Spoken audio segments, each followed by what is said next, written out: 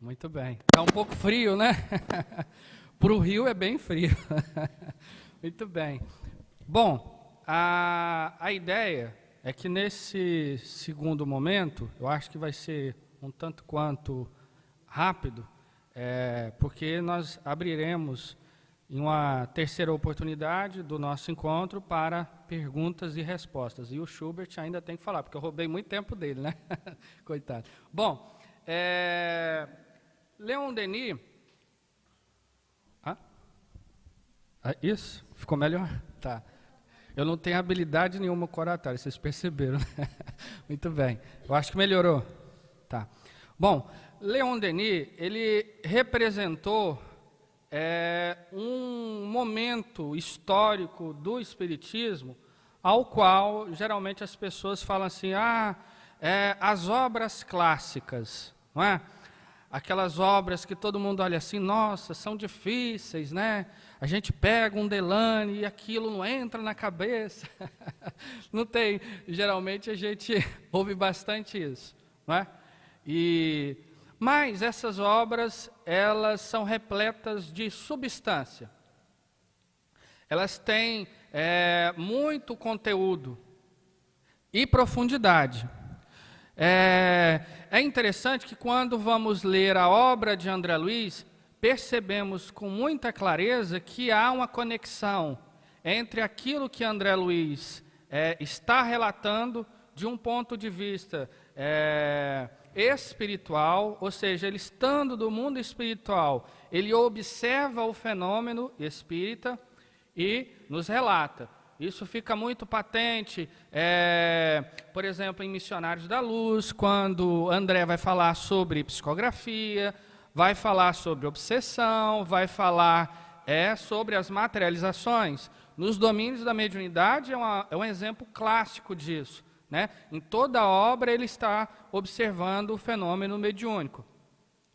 No entanto, quando voltamos para essas obras, para esses autores, que vamos relatar alguns deles aqui, alguns fatos, enfim, nós percebemos que há uma profunda conexão, porque esses autores, eles estão observando o mundo espiritual a partir, digamos assim, do mundo corporal. Então é uma outra visão que acaba se completando, não é? E nesse período nós vamos ter grandes nomes que vão trabalhar em prol do pensamento espírita, como, por exemplo, Desrochers, Alexander Aksakov, né? Quando a gente fala de animismo, né? O médio tal tem muito animismo na mediunidade dele.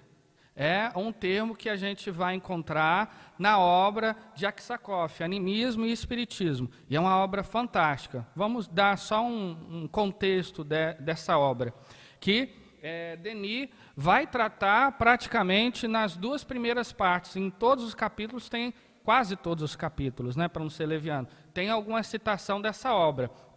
Por quê? Na época, por volta de 1870, 75, vão surgir com muita força os fenômenos das materializações, não é? Kardec, ele vai falar de maneira muito diminuta daquilo que ele fala das aparições, né? Mas de maneira mais veemente, é a partir desse momento que vai surgir na Inglaterra, né, com a jovem, praticamente adolescente, Florence Cook. Na Itália nós vamos ter a Eusápia Paladino. Na Inglaterra também a Elizabeth Sperance, né, que foi uma grande médium. Enfim, e essas médiums tinham capacidade extraordinária de liberar o ectoplasma, que é um termo que vai ser cunhado por Charles Richer, né, que observando os fenômenos semelhantes, os fenômenos das materializações lá na Vila Carmen, um vilarejo francês, ele vai cunhar esse termo, que é a energia vital que esses médiuns têm a capacidade de liberar, enfim. E aí vai surgir uma grande polêmica, né? Porque esses investigadores, alguns deles vão dizer assim, na verdade isso aí não é uma manifestação espírita. Por quê? Isso aí é uma manifestação da alma, né? é a alma do próprio sensitivo, vamos dizer assim, um dos termos que eles utilizavam, que ao se emancipar, tem a capacidade de aparecer aqui e ali. Então, não tem nada de novidade, né? Esse negócio aí tá estranho, enfim. Bom, só que o Aksakov já havia verificado com muita atenção esses fenômenos. E disse assim, bom, não é bem isso, né? Não é bem isso. E ele começa a debater, ele tinha um jornal chamado O Espiritismo. Nessa, Aksakov, só para a gente contextualizar, ele era russo, inclusive ele era um dos assessores do czar russo, alguém importante, que, tanto no meio político quanto científico, não é? E ele muda para a Alemanha, depois da Alemanha vai para a Inglaterra, tudo para pesquisar. Bom, e ali na Alemanha existia, naquele período, um grande filósofo, Edmund von Hartmann, e ele começou a propagar isso. E era uma coisa assim, digamos, tão democrática, eu acho até bonita, porque o Aksakov chamou para que o Hartmann viesse no jornal que ele dirigia debater, contradizer ele, né? Não tinha medo da verdade, estavam em busca da verdade. Então chamava o contraditor. É interessante que Kardec também era assim, não é? Se formos na última obra que Kardec escreveu, Catálogo Racional para a Formação de uma Biblioteca Espírita, Kardec coloca ali os títulos que eram contrários ao Espiritismo e dizia que os espíritas deveriam ler essas obras. Porque Kardec não se achava o dono da verdade. Tínhamos que ler e temos que ler essas obras. Bom, e o Hartmann colocou isso. E aí o que vai fazer o Aksakov? Ele vai atrás de documentação, né, pesquisa, para demonstrar o contrário. E aí ele vai cunhar o termo animismo, né, e dizer assim, bom, existe o fenômeno do animismo, é verdade. Ou seja, a alma ela pode emancipar e ela mesma produzir alguns fenômenos. Por exemplo, esse das materializações. É possível, o sensitivo, como nós chamamos o médium, ele se emancipar e ele mesmo produzir um fenômeno de materialização. Tem um caso muito curioso que o de Rorschach conta, logo na segunda parte da obra As Vidas Sucessivas. É uma obra fantástica sobre reencarnação, né? De Rorschach pesquisou exaustivamente o fenômeno das regressões de memória, que depois o Hermínio Miranda, esse grande pesquisador, na minha opinião, o maior pesquisador dos fenômenos mediúnicos e da reencarnação aqui no Brasil, na minha opinião pessoal, né? Posso estar equivocado, claro. Mas ali o de Rorschach vai relatar um caso muito curioso, onde um médium de efeitos físicos, portanto, ele tinha condições de produzir os fenômenos das materializações. É interessante a gente tratar desse tema, porque aqui teve de maneira abundante, e nessa casa, né? E os mais belos relatos que eu pude ouvir, né? Aqui, lá no grupo José Kleber, né? A gente eu estou assim, encantado com tantas histórias interessantes. Enfim, bom, e o fato é que ele narra que esse médium, ele em determinado momento, ele exterioriza-se, né? Geralmente nos fenômenos, nos fenômenos de materialização, o que há ali é que o médium ele tem essa capacidade de exteriorizar aquilo que à época foi chamado do duplo, né? E ali o espírito, utilizando das energias vitais que estão sendo liberadas, ele se acopla ali. Claro que a gente falando parece que é uma coisa que está em um outro local. Não, isso é até, digamos assim, é um pouco complexo de explicar o fenômeno. Mas é no próprio, na própria constituição do ser. Está dando para, entendeu? Tá. Qualquer coisa a gente trabalha isso nas perguntas, né? Tenta pelo menos. E ali ele utiliza dessas energias e tem capacidade, então, do espírito acoplar e se materializar. Em alguns casos são assim, né? Em alguns casos, não são todos. Há casos, por exemplo, que me parece que o médium, o seu Antônio, né, um médium incrível, né, que a gente tem que lembrá-lo, porque foi um médium, além de importante, humilde, e não podemos esquecê-lo. A memória tem que ser preservada. Realizava um outro tipo de fenômeno, ou seja, ele liberava essas energias e o espírito não tinha necessidade de estar ligado a ele. Ou seja, ele estava ali em transe, entrava em transe, e os espíritos começavam a se materializar. Me parece que pelos relatos era mais ou menos assim, né? Lembra muito o médium Daniel Douglas Home, né? Enfim, eu não sei se quem já viu fotografias dos fenômenos de materialização, vai observar que é uma ligação, né, ectoplasmática entre o médium e o espírito que está materializado. Não era esse o caso. Bom, mas o caso que estávamos narrando, o médium ele se exterioriza, o fantasma dele fica aparente para todos, só que ali naquele momento eles estavam pedindo que ele evocasse um escritor francês, não me recordo agora o nome, que havia recentemente desencarnado. E aí o que vai acontecer? Um processo de sugestão, autossugestão, o fantasma dele vai se transformando numa figura meio que rústica, mas que lembrava aquele escritor. E aí o de Rochat vai dizer que, nesse caso, é um fenômeno de materialização, só que é um fenômeno, digamos assim, anímico, né? Esses casos têm aos montes, né? É muito natural ocorrer, por exemplo, o chamado fenômeno dos fantasmas dos vivos.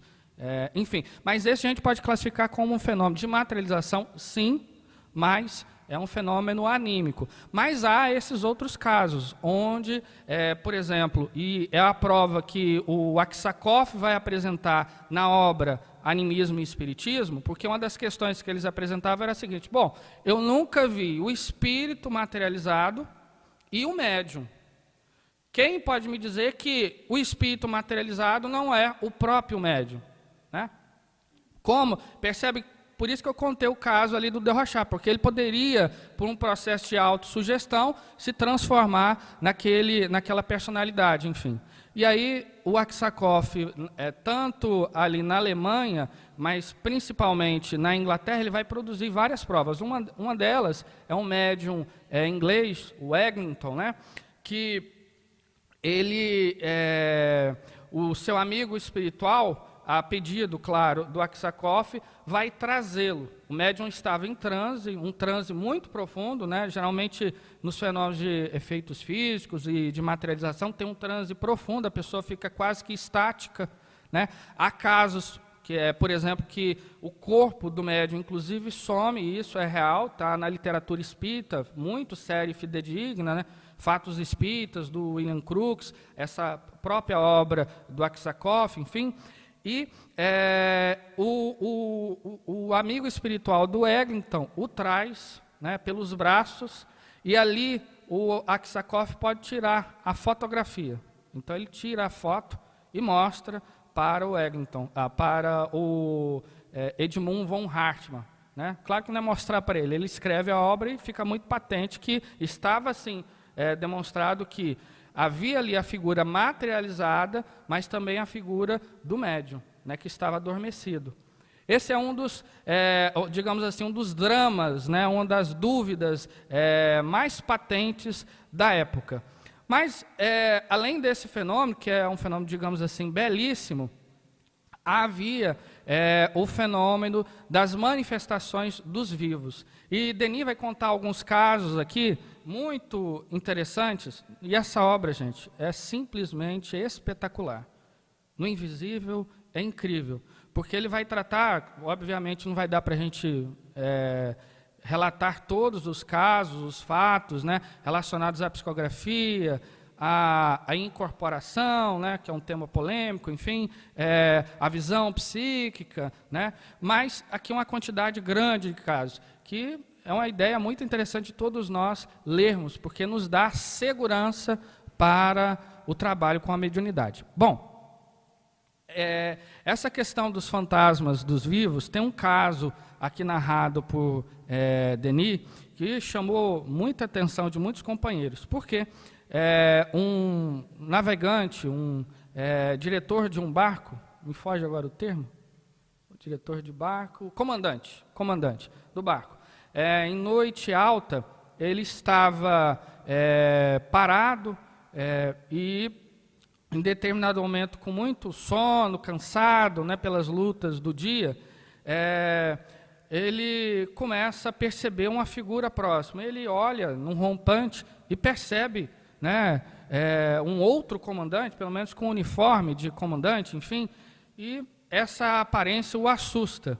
Em determinado momento, essa figura vai até o quadro negro que estava ali próximo e escreve, aponta algumas orientações marítimas, né? E diz mais ou menos assim: precisamos de ajuda, socorro, algo assim, né? E, nossa, as pessoas ficam, o comandante ficou assim meio espantado, achou que estava meio insone, dormindo, mas quando ele dá por si, lava o rosto, ele observa que ali na parede, no quadro, melhor dizendo, havia realmente a escrita. E que, portanto, né, eu não poderia até ser uma alucinação, mas a alucinação não produz uma escrita. E aí, o que é isso? Bom, ele ficou espantado com aquilo e resolveu conversar com a tripulação e dirigir para aquele ponto que estava anotado no quadro negro. E, de fato, quando eles chegam naquele local, eles observam que ali havia ocorrido uma tragédia marítima. Muitas pessoas estavam ao mar, né, se afogando, e perceberam que aquela figura que ele havia visto, né, estava entre os mortos. No entanto, naquele momento, que inclusive ele havia anotado no diário de bordo do navio, né, a hora aproximada que ele havia visto o capitão daquele outro navio. E foi constatado que ele ainda estava vivo, né? Então, esse fenômeno da exteriorização da alma, né, que nós chamamos também de desdobramento, eles são muito naturais, né? Inclusive para a produção desses fenômenos que são patentes, que nós podemos palpar, né? E por que estamos falando sobre isso? Porque Hermínio Miranda, na obra Diversidade dos Carismas, ele vai dizer de maneira muito contundente que na gênese de todo o fenômeno, seja ele de caráter anímico ou mediúnico, precisa ter o fenômeno do desdobramento. Mesmo que seja um semidesdobramento, é preciso. E é isso que geralmente nós chamamos de transe, né? Quando o médium está em transe, em estado de transe, quase que estático, é isso que está ocorrendo. E aí a gente vai encontrar uma variedade de fenômenos que se produzem a partir daí. Por exemplo, nós podemos narrar a questão da psicofonia, por exemplo, só para a gente ter uma ideia, porque a gente precisa correr com o tempo, desculpe. A gênese desse fenômeno, como de qualquer outro, está a questão do desdobramento. Nós podemos observar na literatura, não só aqui de Leon Denis, mas de André Luiz, né? Nós temos uma diversidade de casos narrados ali nos domínios da mediunidade, onde demonstra isso. Então, em determinado momento, tem um capítulo, eu acho que é capítulo 11, capítulo 11, né? Em serviço de desdobramento. E é curioso esse capítulo, porque ele vai narrar um fenômeno onde o médium ele vai até o mundo espiritual para captar o pensamento do espírito, que era um companheiro que havia desencarnado recentemente, que estava em um leito de um hospital no mundo espiritual, e eles queriam obter ali uma mensagem dele, porque era um companheiro muito querido do grupo, enfim. E o que ocorre? O médium é exteriorizado, é desdobrado e vai até lá captar a mensagem desse companheiro e transmiti-la. Entende? Então, ou seja, no fenômeno da psicografia, a mesma forma, né? Ele tem que se desdobrar, porque é no fenômeno do desdobramento que a alma, como Allan Kardec vai chamar lá nas questões de 400 até 412, no Livro dos Espíritos, vai se emancipar. E emancipando, ela tem a visão do que está ocorrendo em nível espiritual, né? Então, o fenômeno da emancipação é fundamental para isso. Como é que está o tempo aí?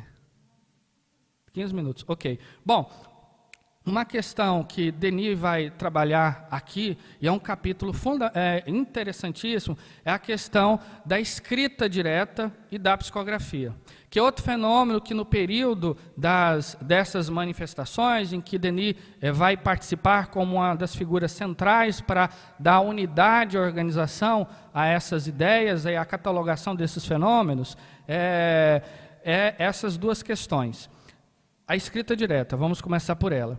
Bom, desde antes de Allan Kardec, nós vamos ter a narrativa desse fenômeno, que é aquele onde, sem o concurso físico de um médium, físico eu digo assim, não precisando do braço do médium, se produz a escrita, né? Isso se dá de diversas formas. Por exemplo,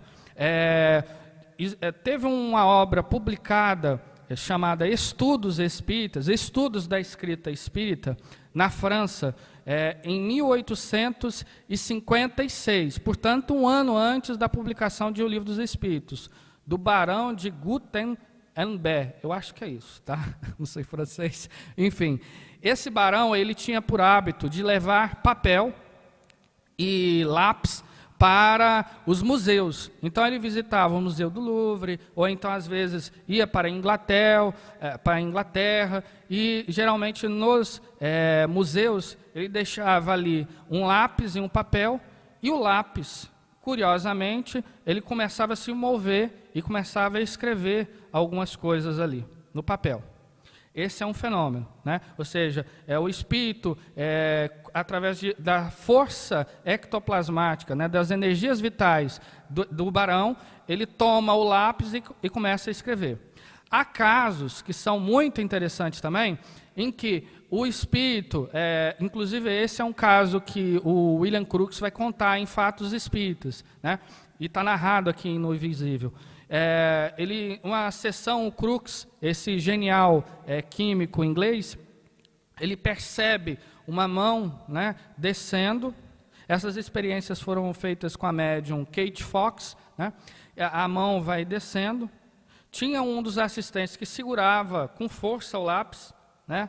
E outras criaturas ficavam observando e segurando as mãos da médium para que não houvesse fraude. O pessoal era muito preocupado com isso, e temos que ser, né? E essa mão toma o lápis e começa a escrever em línguas que a médium nem fazia ideia que existia, né? Fazia ideia que existia. Outros casos, tinha-se ali o lápis, e esse é bem interessante, e tinha-se o papel, mas o espírito, ele roubava o grafite, né, do lápis. Então, como é que você via isso? Quando percebia, estava escrito, geralmente eles colocavam essa folha em uma caixa, né, uma caixa. Essa caixa é onde estava depositado a folha, ou as folhas eram trancadas, era acorrentada, trancada, e ficava com o diretor da sessão a chave, dessa forma. E aí, o lápis ao lado, né? Ali ao lado. E perceberam que foi uma escrita produzida, uma escrita direta, com grafite, e quando foi observar um dos lápis, estava sem grafite, né? O espírito tirou ali o grafite e utilizou isso para escrever. Um caso muito interessante aqui, narrado por Denis, é com o médium Slade. E o Slade, inclusive, ele foi pesquisado aqui com o nosso Bezerra de Menezes. Ele fazia tours pelo mundo todo, né, e veio até o Brasil.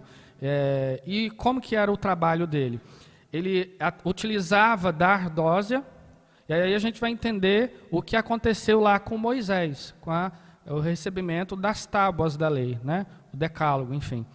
Porque o Slade, ele utilizava da ardósia, e os espíritos escreviam na ardósia, como se estivesse esculpindo. E tem até um caso curioso aqui narrado por Denis, onde um judeu, um rabino, ele havia perdido o pai há algum tempo, enfim, e ele fez algumas perguntas em hebraico, que na época era uma língua muito pouco estudada, né? As pessoas não tinham interesse, a não ser que se fosse da tradição judaica. E mesmo assim, havia um outro idioma que competia, que é o Yiddish, né? Então, geralmente, os judeus europeus falavam o Yiddish, não o hebraico. Isso é uma coisa mais recente, enfim. Bom, o fato é que ele pega esse papel, escreve algumas perguntas e coloca entre as ardósias.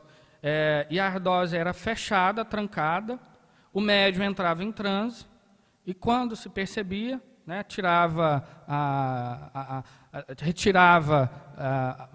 desprendia, né, das correntes, e ali havia alguma coisa escrita. E, curiosamente, era alguma coisa escrita em hebraico, que só ele poderia ler, porque as pessoas não tinham entendimento. Enfim, e tem os fenômenos que nós chamamos, Allan Kardec vai chamar de psicografia, que Denis vai analisar exaustivamente aqui. Por quê?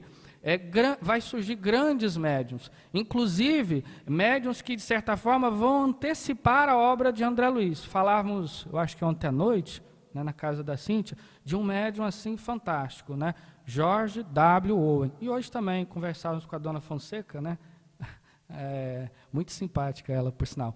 E lembrávamos desse grande médium. Ele era um reverendo protestante, de maneira nenhuma pensava nessas coisas de vida após a morte, não, de comunicação, né, entre os mortos e os encarnados. E o que vai acontecer? Em determinado momento, sua mãe desencarna, e ele, em estado de transe, saudoso da sua mãe, ele começa a registrar, meio que automaticamente, sua mão mexendo, ele tomando o lápis, escreve. E nessa obra, né, que ele vai compor através dessas experiências, que ele vai fazer perguntas, né, e obter respostas, ele vai falar sobre a vida no mundo espiritual, onde Astriel vive, né, sua mãe. E ali ele vai falar de uma região muito bonita, onde teríamos ali uma cidade espiritual com governador, ministros, campos de trabalho, locais para estudo e aprimoramento, preparação para retorno à carne, transportes, né? Tem gente que fala assim, isso é fantasia de André Luiz, onde já se viu, né? O aérobus. Bom, nós podemos dizer que tem aquilo que Kardec vai chamar de controle universal do ensino dos espíritos, né, que tem outros relatos, que não é só, inclusive não é só de George W. Owen, né? Então a gente percebe que esse médium vai trazer notícias do mundo espiritual que são muito semelhantes à literatura de André Luiz. O nome da obra é A Vida Além do Véu, né, que antecipa aí por uns 30 anos, o que dá mais, digamos assim, segurança à obra de André Luiz, né? Mais segurança.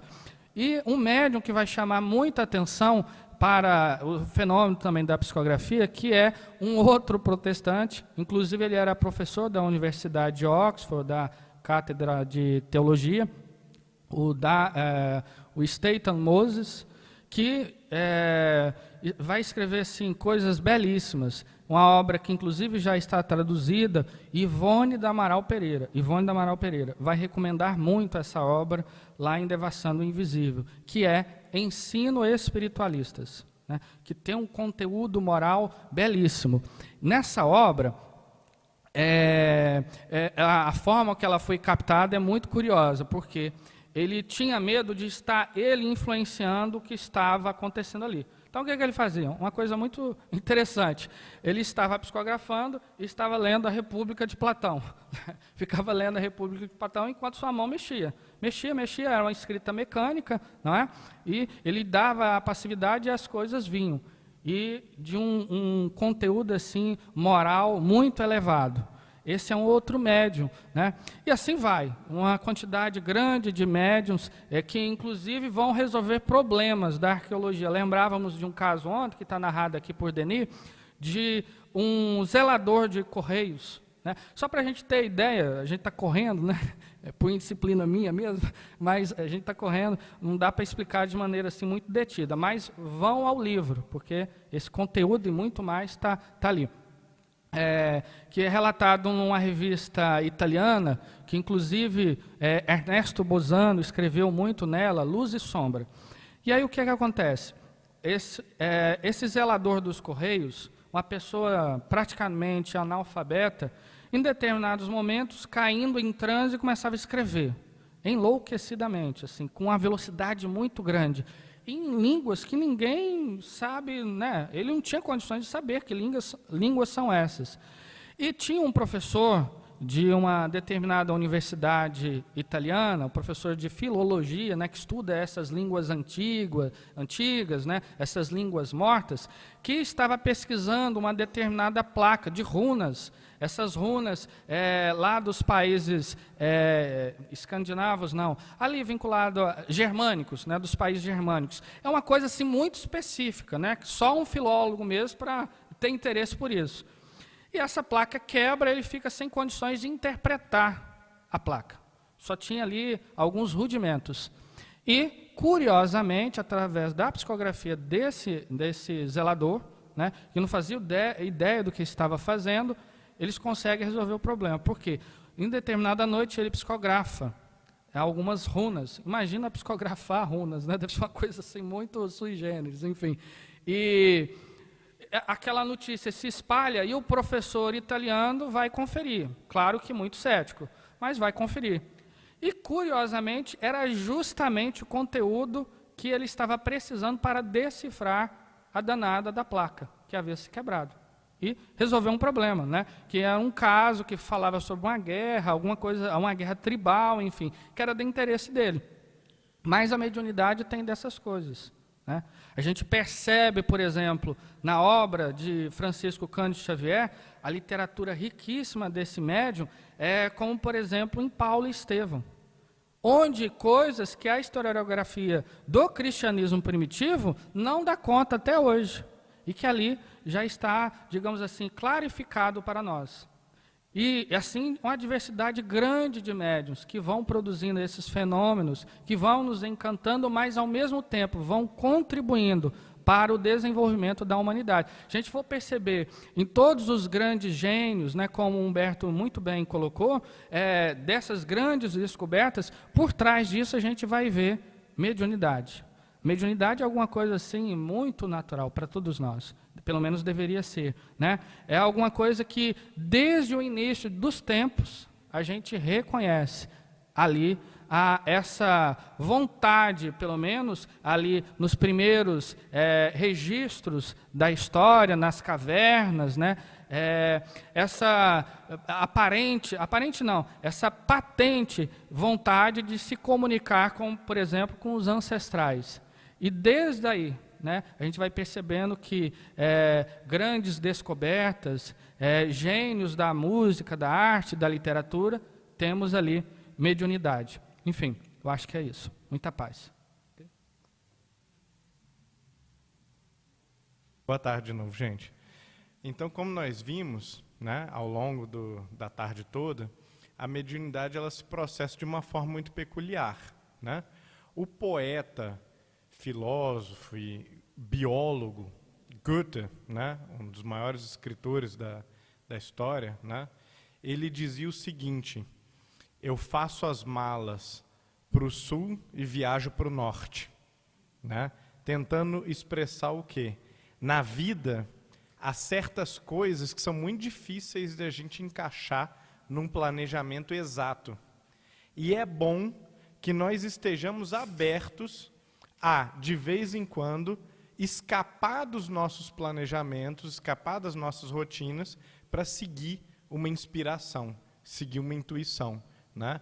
Então, o homem genial, né, que obviamente era o caso dele, né, um poeta muito prolífico, né, ele precisa estar disposto a ultrapassar os cânones, ultrapassar os padrões, ultrapassar as rotinas, para entregar ao mundo aquilo que as almas geniais entregam, a novidade, o avanço, o progresso, né? Isso não pode ser entregue, não pode ser produzido através de comportamentos repetitivos. Então é preciso que nós, no exercício da nossa intuição íntima, da nossa mediunidade, a gente aprenda a estar aberto, estar mais passivo à inspiração exterior, à informação e até impulsos, sentimentos, desejos, vontades exteriores. Entretanto, na história da mediunidade, na história humana, nós também observamos que esse estar aberto à diferença, à grandeza do transcendente, do mundo invisível, pode acarretar certos problemas. Então, o estado receptivo e passivo que a gente necessariamente precisa cultivar e exercitar para que o fenômeno mediúnico ele permita uma transmissão correta e mais purificada da informação do além, ou das intenções, né, do mais além, esse processo ele pode servir também a maus estímulos, né, se nós não santificamos e educamos essa mediunidade, né? Então, sem nenhum apavoramento, né, sem nenhum tipo de misticismo ou de obscurantismo, nós precisamos acrescentar esse detalhe, que a mediunidade ela pode ser corrompida ou pervertida no seu uso através dessa influência, né, que espíritos ignorantes e que nós também, né, no inconsciente, no arcabouço dos nossos preconceitos, ideias mal concebidas e desejos, né, abafados, né, no subconsciente, vamos acabar manifestando durante o fenômeno mediúnico. E é por isso que Leon Denis, no último capítulo do livro, ele vai falar sobre a mediunidade gloriosa, ou seja, a mediunidade bem exercida, a mediunidade evangelizada, santificada e educada através do estudo, do autocontrole, do desenvolvimento pelo exercício equilibrado e bem refletido, bem meditado, bem crítico, né? E antes desse capítulo, nós vamos ver alguns capítulos no começo dessa terceira parte do livro, que falam sobre as traições e as perversões da mediunidade, enfatizando aí, né, claro que há casos de pura ignorância, né, há aqueles casos que são fruto apenas da incapacidade, né, daquele sujeito, daquela pessoa, de entender o fenômeno, de dominar o fenômeno, e há também casos muito piores do que esses, né, e muito pior do que a ignorância é a malícia, né, é a má disposição ou é a má intenção de enganar ostensivamente. E isso aconteceu no surgimento do Espiritismo, né? Todos nós sabemos que havia médiuns charlatães, né? Ou que não eram médiuns absolutamente, que eram atores mágicos, né? Falsários de todos os tipos, né? Falsos profetas, né? E desde sempre se soube isso. E havia também aquele grupo dos médiuns, que era, né, de fato, detentor dos fenômenos, das habilidades, das faculdades que permitiam os fenômenos, mas que em algum momento ou outro, por interesse, né, econômico, pela fama, por vergonha de ficar numa reunião sem produzir nada, eles acabaram lançando mão de recursos, né, ilícitos, vergonhosos, para produzir falsos fenômenos. E isso foi descoberto rapidamente, né? Vários desses grandes pesquisadores que o Tiago está apresentando, eles pegaram médiuns em flagrante, né? E desmascararam eles como charlatães, como falsos médiuns. Ou mesmo médiuns verdadeiros, né? A gente sabe que alguns dos médiuns mais famosos do século XIX, atuava, né, com técnicas teatrais mesmo, usava pequenos truques de mágica, de ilusionismo, né, e chegavam, como houve um caso de uma médium, que chegou a contratar pessoas para ficar no andar de cima, enfiando bilhetinhos pela fresta do piso, e durante a reunião mediúnica caíam as mensagens materializadas, né, pelos espíritos, né, no colo das pessoas, que milagre, coisa incrível, né, e eram 2 meninos que estavam ali no piso de cima enfiando os bilhetinhos, né, enquanto os de baixo na reunião mediúnica estavam com as luzes apagadas, etc. e tal. Então é muito importante a gente inserir isso na história do espiritismo, lembrar que isso aconteceu, porque Leon Denis enfatiza, isso é altamente desmoralizante, né? E o desserviço que essas pessoas prestam, né, ao espiritismo, ele é incomensurável, é um desserviço gigantesco, né? E nós contribuímos, se nós não somos, né, dessa classe de enganadores, nós também estamos contribuindo com ela se nós compramos os seus livros, se nós aplaudimos ou idolatramos, né, esses médiuns como figuras infalíveis, divinizadas, né, e cancelamos o nosso senso crítico para cercar essas pessoas de uma aura de perfeição que nunca é verdadeira, nunca é justa. Então é muito importante que nós recuperemos, né, no movimento espírita, essa noção mais dura, né, da racionalidade crítica aplicada à mediunidade. Né? É preciso lembrar que nem tudo são flores, nem tudo são histórias, né, perfumadas, né, ensolaradas, né, de pessoas felizes, exercendo a mediunidade de maneira equilibrada e santificada. Né? E, sabendo que há o engano, sabendo que há o charlatanismo no meio espírita, sempre houve e existe agora em boa quantidade, né, é preciso que a gente busque os modelos da excelência, da qualidade, né, da seriedade, e enfatize também ao máximo esses modelos. Não para idolatrar, né, mas pensando justamente no método e não na pessoa.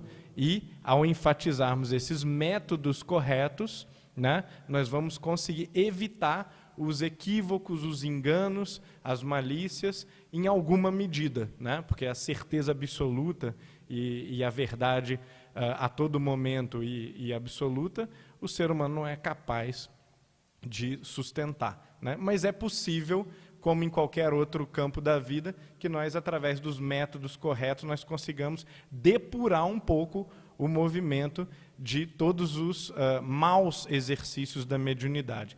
Então, quais que seriam esses métodos?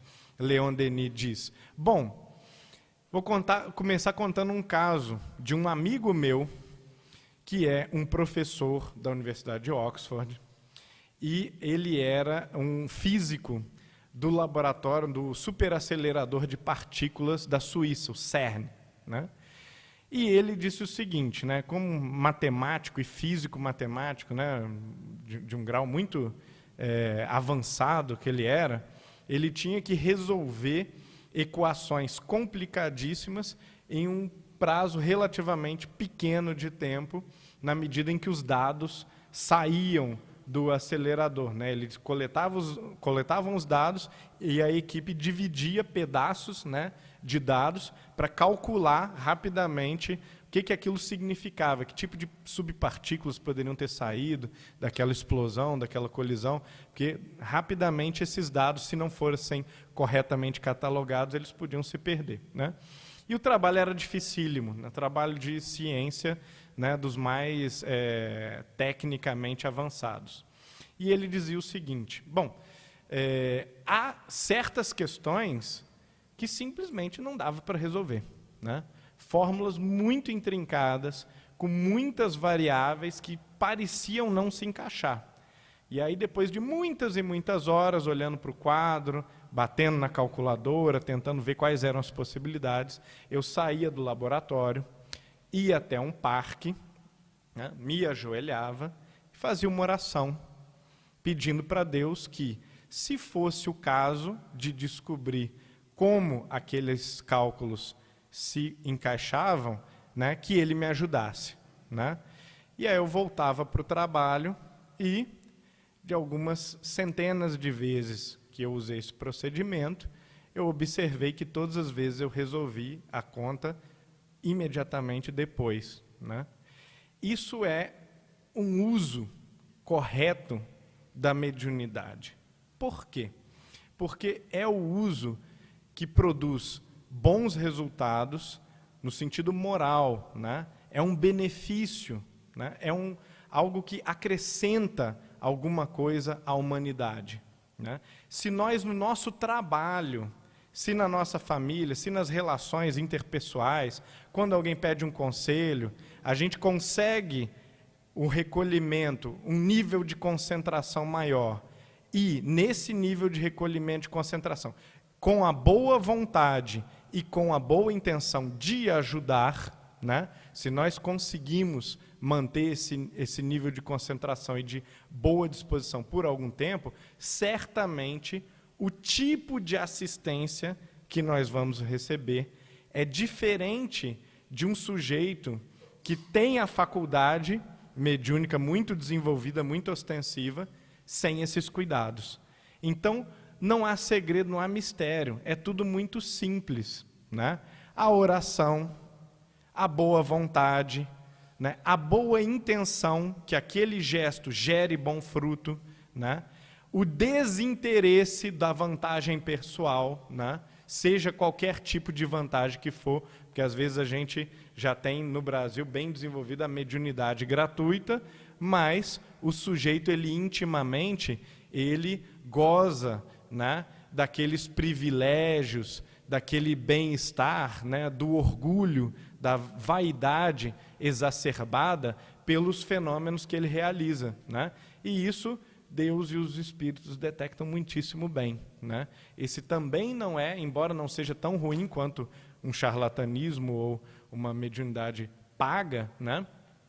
Esse também não é o melhor uso da mediunidade. Então, é só quando a gente tem o verdadeiro desprendimento, né, de interesses materiais, seja o aplauso, a fama, seja o ganho de alguma vantagem, uma ajuda financeira, alguma coisa assim, é que nós podemos evitar os descaminhos da associação com espíritos infelizes e espíritos ignorantes que também têm interesses semelhantes, né?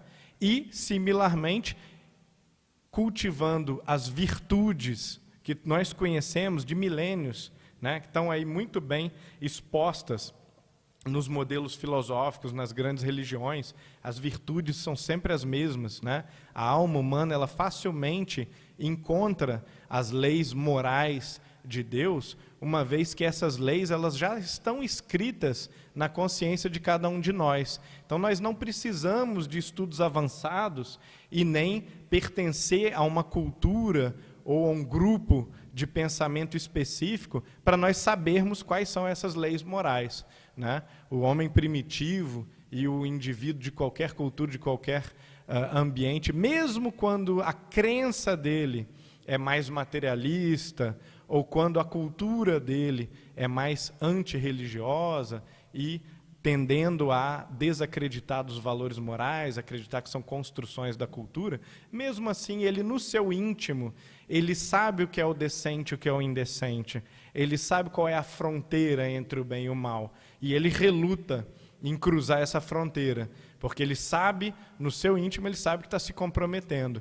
Então, as nossas consciências, elas possuem uma balança muito fina, né, que nos alerta o que é certo e errado. A gente nunca deve imaginar que alguém que faz algo errado, que alguém que age mal, faz isso sem nenhum tipo de ônus, sem nenhum tipo de peso, né, sobre a sua consciência. Porque, muito pelo contrário, sempre que alguém infringe uma lei de Deus, né, a pessoa faz isso com pesar, ela faz isso com uma sensação desagradável, porque a sua consciência, ela pesou nessa balança de ouro, né, esses atos, ou esses pensamentos, ou essas posições, opiniões, e ela decreta com algum grau de acerto, embora não seja perfeita, né, a consciência de cada um, mas com algum grau de acerto ela detecta e acusa, né, o bem e o mal, a boa e a má intenção.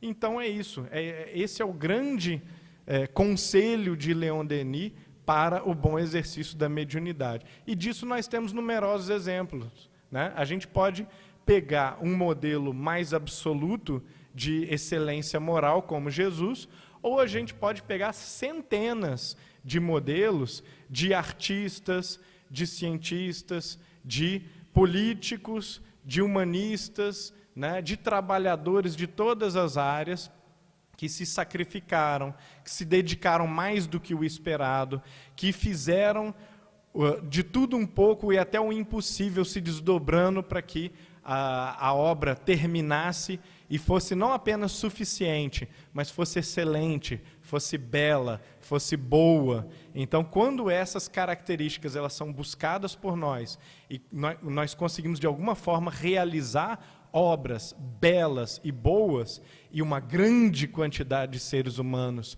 conseguiu entregar obras assim, né, para a humanidade, uma quantidade enorme de milhões e milhões de pessoas, a gente pode apontar e pode dizer, são pessoas de bem, são pessoas que produziram algo de belo, né, algo de novo no mundo. Então, essas pessoas a gente pode dizer com certeza, com convicção, né, pelos seus frutos, que fizeram o exercício glorioso da mediunidade, né?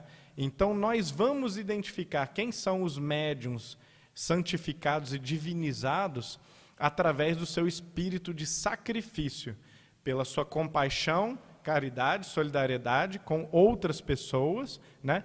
Pela sua abnegação, né? Pela sua humildade no exercício dos seus dons, dos seus talentos, né? E isso vai se manifestar de maneira muito clara naquelas pessoas.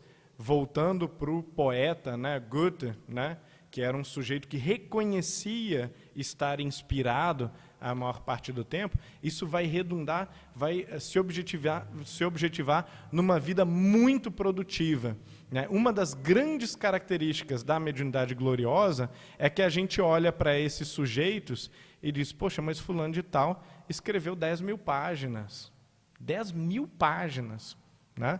Fulano de tal, a gente sabe quem é, escreveu 400 livros. Isso é impossível, isso é inconcebível, né? Um tal compositor, né, morre aos 30 anos e produziu centenas de peças. Isso não é possível só porque o Espírito estava lá para inspirar. Existe um mérito que nós precisamos reconhecer nessas pessoas que abafaram e que silenciaram os seus interesses, os seus gostos, né, o seu planejamento pessoal de vida, para que alguém diferente deles viesse falar, viesse trabalhar, viesse produzir, né? Então, toda mediunidade santificada, toda mediunidade gloriosa, ela é caracterizada por isso, por um grande sacrifício da vida pessoal, que permite que as suas mãos, sua boca, né, os seus pés, né, a sua consciência seja usada, né, a serviço do mais alto. Vamos. Olha, gente, com os corações vibrando de alegria, de amor por esta tarde tão maravilhosa, nós rogamos ao Pai o amparo, a proteção para todos que aqui se encontram, encarnados, desencarnados, né, gente? Que nós possamos retornar aos nossos lares, levando essas vibrações de amor, de luz, de paz, que essas vibrações possam abraçar nossos familiares com muito amor, com muita ternura sempre.